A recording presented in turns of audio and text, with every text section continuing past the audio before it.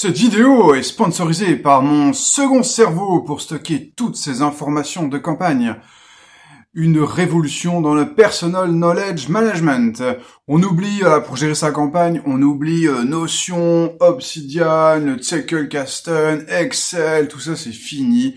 On va utiliser un cerveau organique beaucoup plus puissant.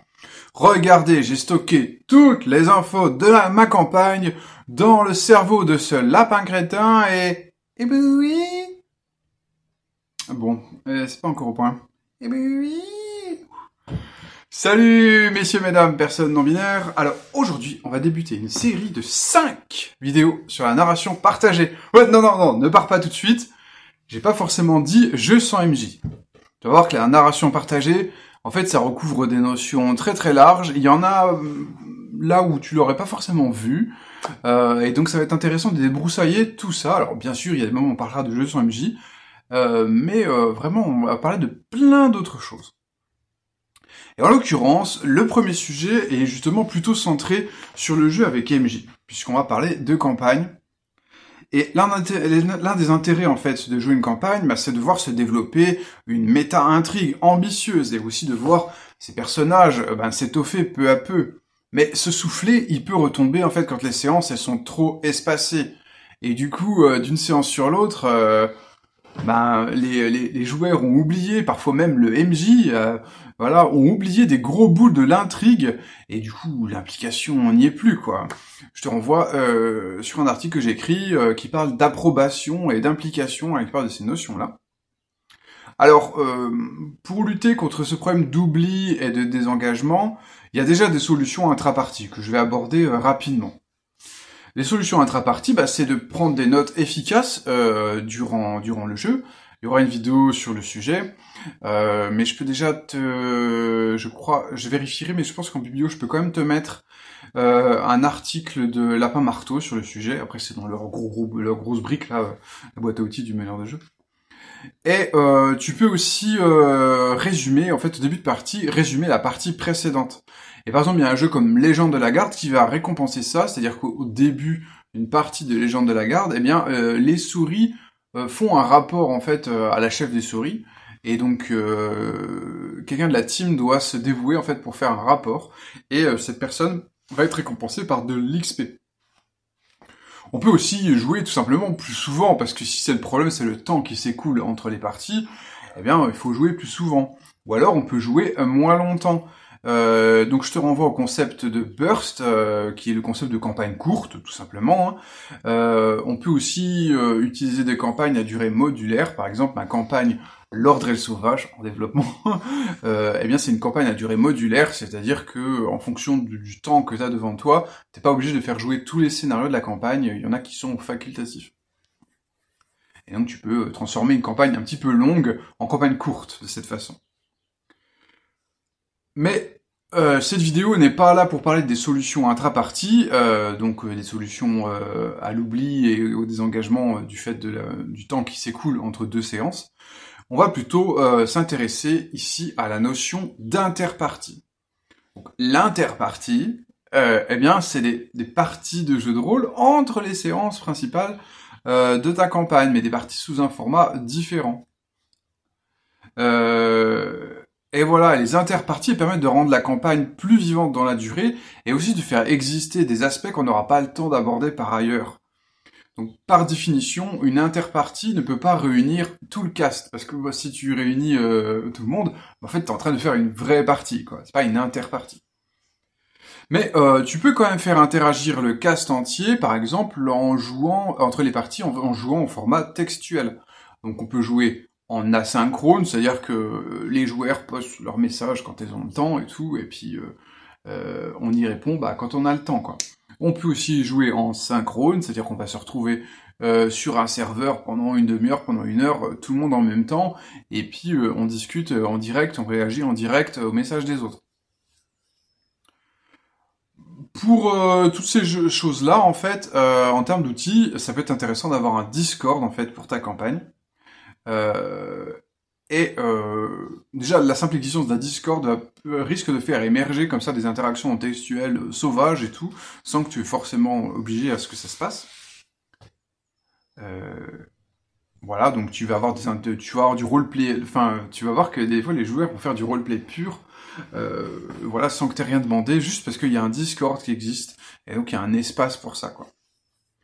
De même, et du coup, ça peut être même aussi des interactions sauvages dans le vocal du Discord, quoi. De même, tu peux inciter les joueurs à entretenir en fait une correspondance sous forme de jeu épistolaire, par exemple entre les personnages qui s'écriraient des lettres. Les personnages peuvent aussi écrire des lettres aux PNJ. Ces jeux épistolaires sont souvent freeform, mais pourquoi pas envisager de développer des règles exprès pour faire du jeu épistolaire dans ton univers, quoi. C'est à réfléchir, quoi.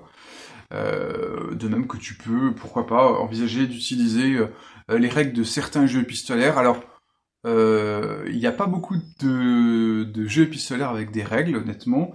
Moi, je connais Sur la route de Chrysopée, et puis... Ah, un vieux jeu un peu cthulhien. Je l'ai plus en tête comme ça. Je mettrai en biblio ce jeu cthulhien qui permet de faire du jeu épistolaire. Mais là, y a pas énormément de refs. Si t'as des refs de jeux épistolaires, franchement, je serais trop content de les connaître. Voilà, donc ouais, je dis qu'il n'y a pas grand-chose. Ça se trouve sur Itch.io, il y a 15 milliards de jeux épistolaires, c'est à peu près sûr. Alors, quel est le risque en fait avec ces interactions de joueur à joueur? En fait, il y a plusieurs risques. Le premier, c'est que les joueurs n'osent rien faire qui brise en fait le statu quo, ce qui est déjà un problème inhérent au jeu de rôle textuel en soi, mais c'est encore plus, mon avis, probant dans le jeu de rôle textuel en interpartie, quoi. On se dit, bah oui, mais je vais pas lancer des trucs qui vont totalement casser la campagne, et ça pourrait donc s'arrêter uniquement à de l'interaction sociale.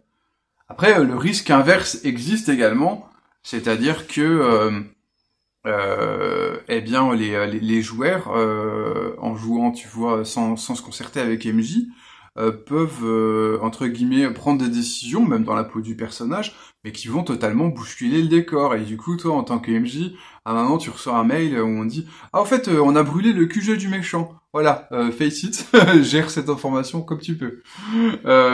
Donc ça peut être intéressant de prévoir un petit contrat de table sur la dimension de narration partagée. Ça veut dire que ok, les joueurs, vous faites des interactions RP entre vous dans l'interpartie, vous pouvez le faire sans moi, MJ, mais voici ce que vous avez le droit de faire et voici ce que vous avez le droit de pas faire, quoi.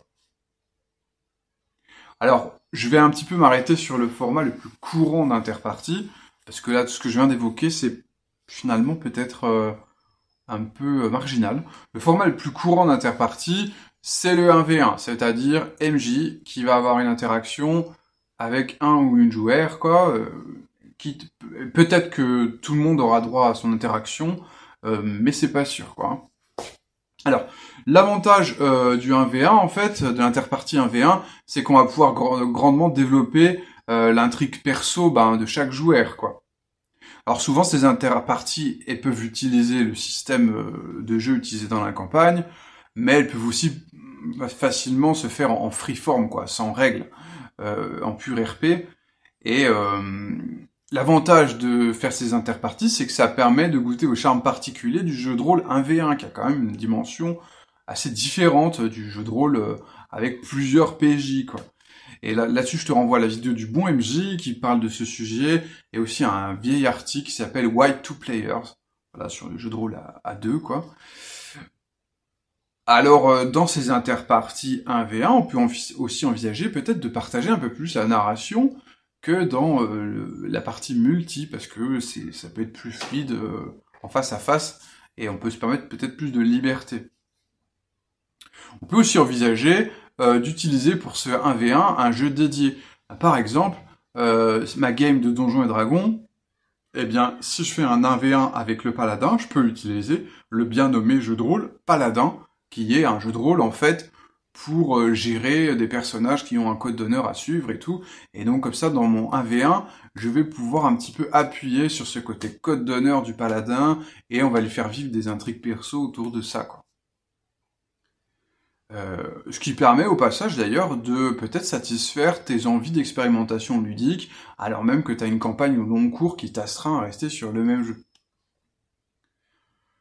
Alors on peut aussi faire encore plus minimaliste que ces interparties en utilisant des love letters. Les love letters, c'est une mécanique qui a été que moi j'ai découvert dans Apocalypse World. Je sais pas si c'est antérieur à ça.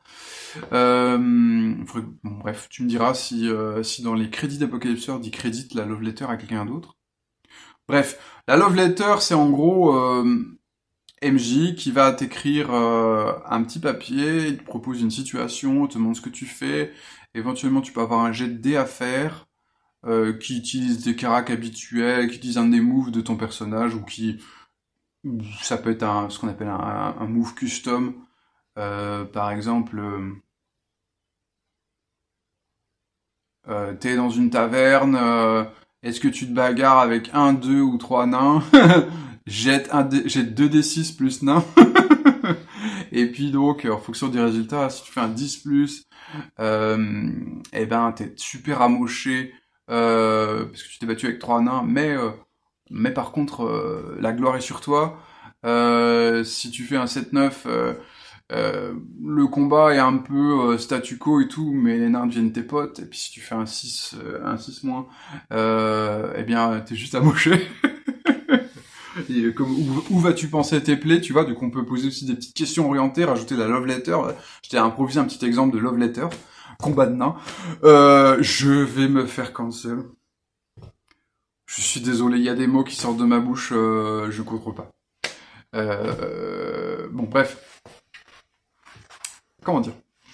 Donc voilà, MJ peut envoyer comme ça une love letter à chaque PJ, mais pourquoi pas inverser un petit peu la vapeur, et puis proposer eh bien que les PJ envoient une love letter à MJ, ou envoient une love letter à un PNJ, tu vois. À nouveau, je pense que l'interpartie, c'est le bon moment de renverser un petit peu les règles et tout, et de voilà, de partager peut-être un peu plus la narration, de donner un peu plus de prérogatives au PJ. De toute façon, au pire du pire, si tu penses que dans sa love letter, le ou la PJ abuse de son pouvoir de narration que tu aurais octroyé, bon voilà, en interpartie, c'est facile de recadrer, voilà, sans conséquence, sans mettre la fiche sur la personne, puisque ça se fait en privé, quoi. Donc voilà, à nouveau, très très bon terrain pour expérimenter. Enfin, alors j'en ai un petit peu parlé, enfin j'en ai un peu parlé, on peut autonomiser les joueurs, j'en ai parlé du fait des joueurs qui faisaient du RP entre eux, mais tu peux aussi proposer à chaque joueur de faire en fait leur interpartie solo en solitaire, c'est-à-dire sans toi MJ, juste la personne avec son crayon, son clavier, va écrire un petit bout de l'intrigue perso de son PJ. Donc cette interpartie jouée en solitaire, la personne peut le faire en freeform, mais pourquoi pas employer un système solo adapté à l'univers. Bon bah typiquement, si je devais faire comme ça une campagne de Milvaux, je pourrais proposer en interpartie, bah utilise Boissaul, donc qui est un jeu de rôle solo dans l'univers de Milvaux. Je pourrais dire à mes PJ, utilisez Boissaul pour vous faire une petite intrigue perso entre deux parties, quoi. Alors ça peut nécessiter des adaptations, parce que par exemple, Boissaul, ça implique que du coup le personnage se retrouve un peu tout seul, sans ses copains, copines, et donc comment on fait si à la fin du scénario, tout porte à croire que les personnages restent un groupe soudé et tout, pas forcément possible, donc il faut adapter, et donc peut-être que juste si les personnages sont tous vraiment groupir à la fin de la partie, et qu'il n'y a aucune raison narrative pour qu'ils se séparent, je vais dire bah fais un solo... Fais un solo en freeform, juste parce que Boissaul ne le permet pas, ne permet pas de faire évoluer ton personnage alors qu'il est intégré au groupe, ou éventuellement voilà, on peut bricoler, dire oui, mais en fait, quand même, l'idée c'est que Boissaul c'était une péripétie par jour, même si les personnages sont en groupe, il y a peut-être moyen que pendant la journée, ton personnage s'absente et fasse un truc dans son coin, quoi. voilà, sachant que, remarque pour Boissaul, il y a aussi un petit peu, il y a une partie du jeu qui consiste un peu à jouer la vie intérieure du personnage, donc à la limite on n'utilise que ce module, quoi. Voilà, bon bref, il faut adapter, je vais pas m'étendre là-dessus, parce que ça va être différé pour chaque jeu, la façon dont on va adapter au contexte précédent, quoi. Alors, on va un petit peu parler des problèmes que peuvent poser les interparties. Il y en a deux. Le premier problème qui peut être majeur, en fait, quand on va au-delà des simples love letters et tout, c'est l'asymétrie d'engagement qui va forcément arriver, en fait, parce que j'ai du mal à croire que tu arrives à mobiliser toute ta gang à s'impliquer autant, à hauteur égale dans les interparties. Généralement, il y a une personne qui va massivement vouloir demander de l'interpartie et est disponible pour ça, et en faire beaucoup, et puis il y en aura forcément une partie de la bande qui n'auront pas le temps, et qui feront pas, quoi. Et donc du coup, ça va créer des écarts entre les personnages, et éventuellement entre les joueurs, parce que rien que le fait de... On sait qu'il y a une personne qui est turbo plus engagée que nous, rien que ça crée déjà un petit écart. Donc il faut voir si c'est ok, en fait. Ça peut très bien être ok. Mais du coup, faut bien poser la question de est-ce que vous acceptez en fait que les persos qui accumulent les solos risquent d'avoir plus de pouvoir que vous, parce qu'ils vont peut-être pexer en fait pendant ces solos, ils vont peut-être choper des objets magiques, et surtout ils risquent encore plus que ça, ils vont peut-être ils vont choper de l'information en plus, ils vont avoir des infos de lore que vous aurez pas. Et puis également, il risque même de faire avancer en fait la méta-intrigue durant l'interpartie, quoi. Genre finir, on n'a pas fini le scénario à la fin de la séance, en fait c'est un des PJ qui va résoudre le scénario en solitaire durant une interpartie, quoi. Est-ce que la table accepte ça? Donc on peut assumer que c'est ok, hein.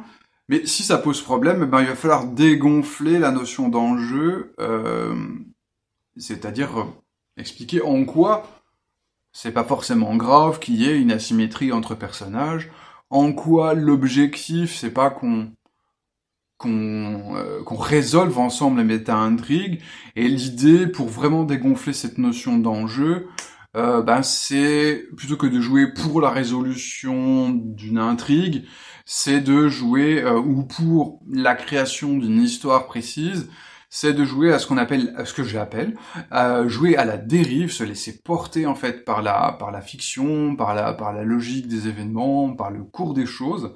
Et donc dans ces cas-là, en fait, ce que font les autres n'a pas d'importance, qui accumule le plus de fiction n'a pas d'importance, on est beaucoup plus dans le présent de la fiction, quoi.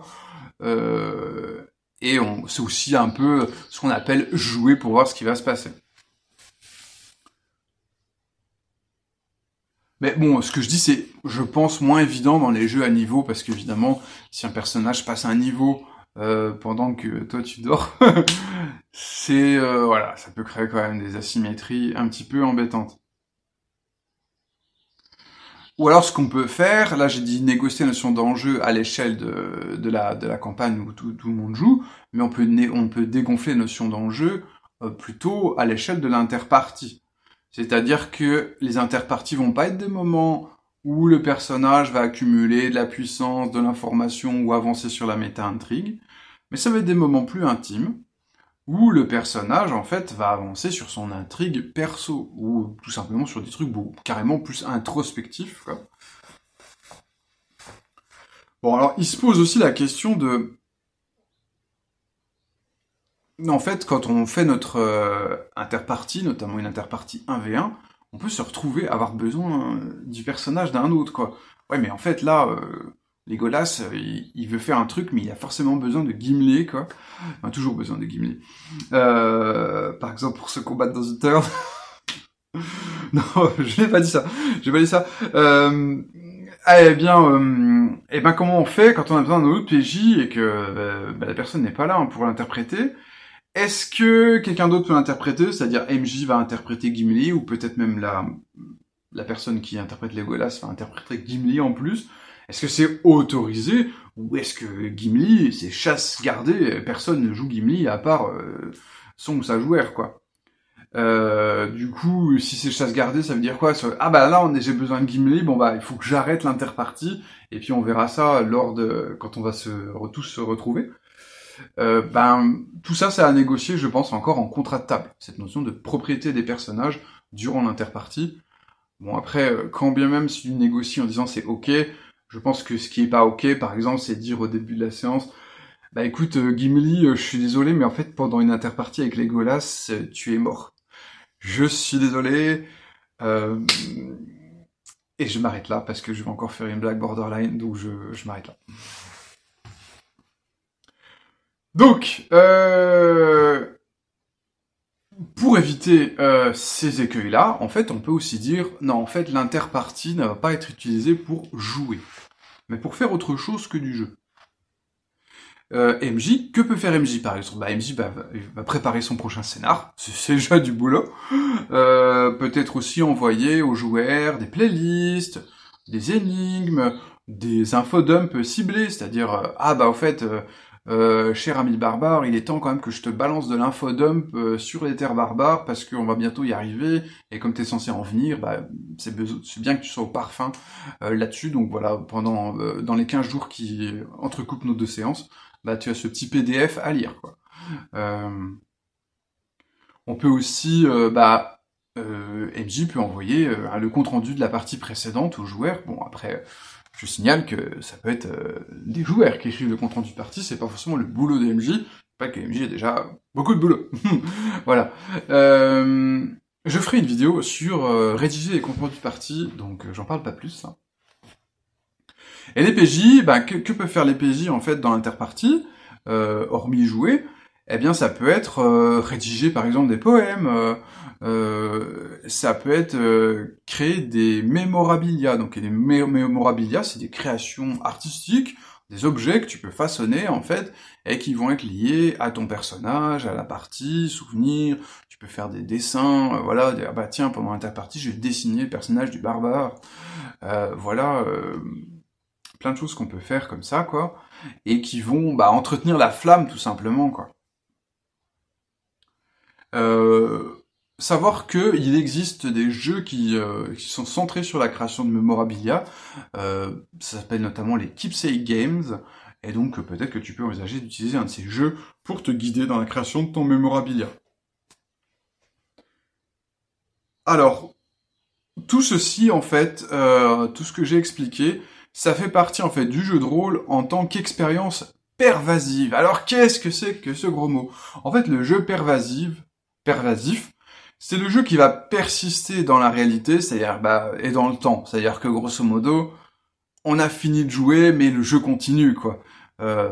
Et ça va trotter dans notre tête pendant tout l'espace qui nous sépare entre chaque séance. Ça peut faire un peu penser à l'expérience qu'on peut avoir avec une ARG, hein, donc Alternate Reality Games, jeu en réalité augmentée, ou ce qu'on a évidemment dans un MMORPG, quoi, cette idée de jeu qui est persistant et qui entre guillemets qui envahit notre réalité pour notre plus grand plaisir. Donc voilà, et tout ça ajoute une dimension d'immersion supplémentaire.